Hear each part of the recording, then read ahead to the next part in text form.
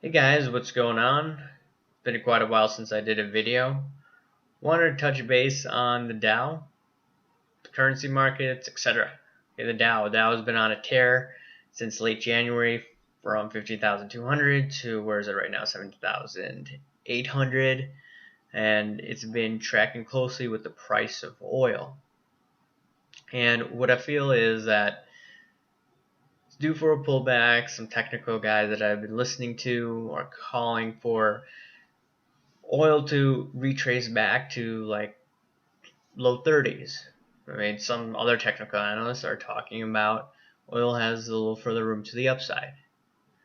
But overall, I still feel that we're going to get a pullback in this market, whether it's due to oil or whether it's due to another reason or it's due to the charts, whatever it is.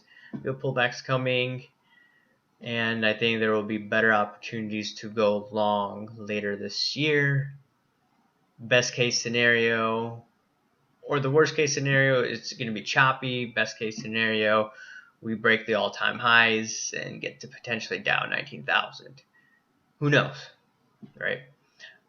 But I like talking about currencies. Let's look at the dollar index. Dollar index right now has taken a breather. You have to remember last year was 100, and I talk about this all the time. The dollar index consists of many fiat currencies, the euro, which consists 57% of it, and then if you wanted to look at the yen, which is around 10%, and then the British pound, which is another 10%.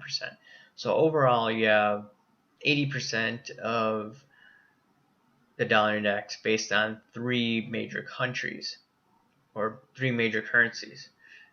And I think the euro is the most important currency to follow within the dollar index because it consists of most of it, right? So if you want to know where the dollar index is going to go, best bet is to look at the euro index. Doesn't mean it's always going to be like that. But I wanted to shift or look into the dollar based on the yen, even though it's 10% of it. I remember looking at some technical analyst work a few months ago, and they're talking about how the yen would appreciate. So if the yen would appreciate, that means the dollar would go down against the yen. And we've seen that. I mean, we've seen the high, or if you want to say the low for the Japanese yen of 124. Now it's rallying. It's at close to 110, and late today it's like 109.55 last time I checked. So the yen is strengthening, and some people would say, hey, it's due to the charts. On the fundamental side, it's due to Kuroda and the negative real interest rates. That is deflationary in the eyes of mainstream economists because when you have negative rates, you know what? The money isn't flowing. You have no velocity of money. So that's why, from that perspective, I feel that the yen is strengthening. But overall, I still feel that the Japanese will have to devalue their currency. Not this year. I'm just saying I wouldn't be surprised if they will have to devalue their currency to try to, in their own eyes, stimulate their exports, right? Remember, all these countries hate a strong currency because they have problems with their manufacturing base. They all want to debase their currency.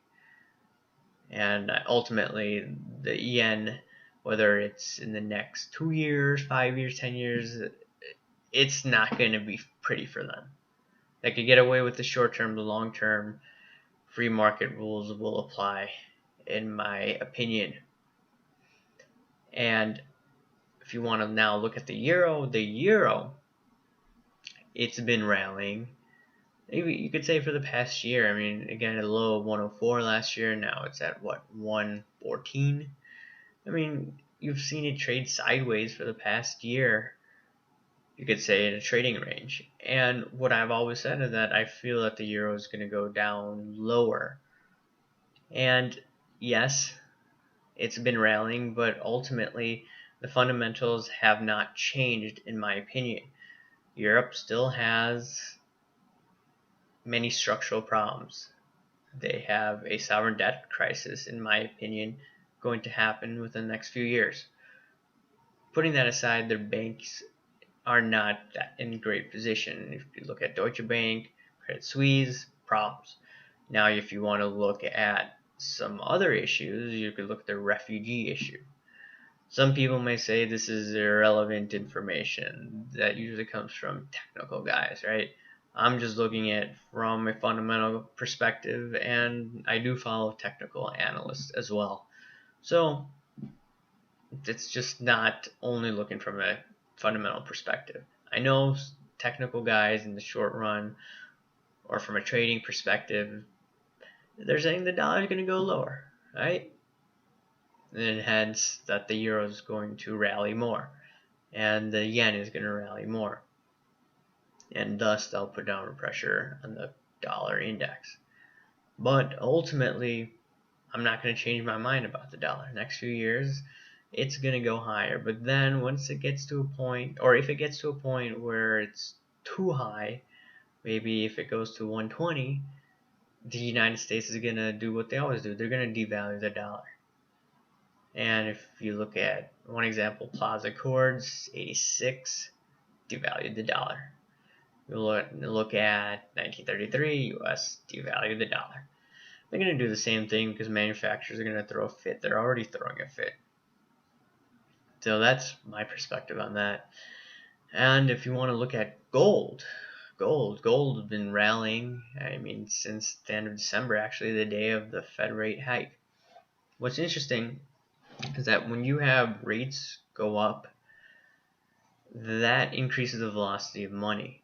Now, if Janet Yellen were to aggressively raise rates, that would collapse money supply, that would make prices go lower, that would definitely bring what mainstream economists call deflation. But what I feel is going to happen is Yellen's probably going to raise the rates maybe a few times this year. 1, perhaps 2 times. And with that, the market may initially sell off, but over time, it is going to be inflationary. And also, if they cut taxes, that's going to be another stimulant to the economy, which, in my opinion, will create nasty inflation down the road. But that needs to be accompanied by tax cuts. Once you do that, just remember the Bush years. They had rising interest rates, and tax cuts. That actually made the economy grow at that time, but it did create a bubble. And same thing is going to happen next time around. You're going to see another commodity bubble. Not a commodity bubble, but you're going to see another commodity rally if you have a situation of lower taxes and higher interest rates. And you're going to see, obviously, higher stock prices as well. But we shall see how the future entails. Anyways, guys, leave your thoughts below. I'll talk to you later. Bye.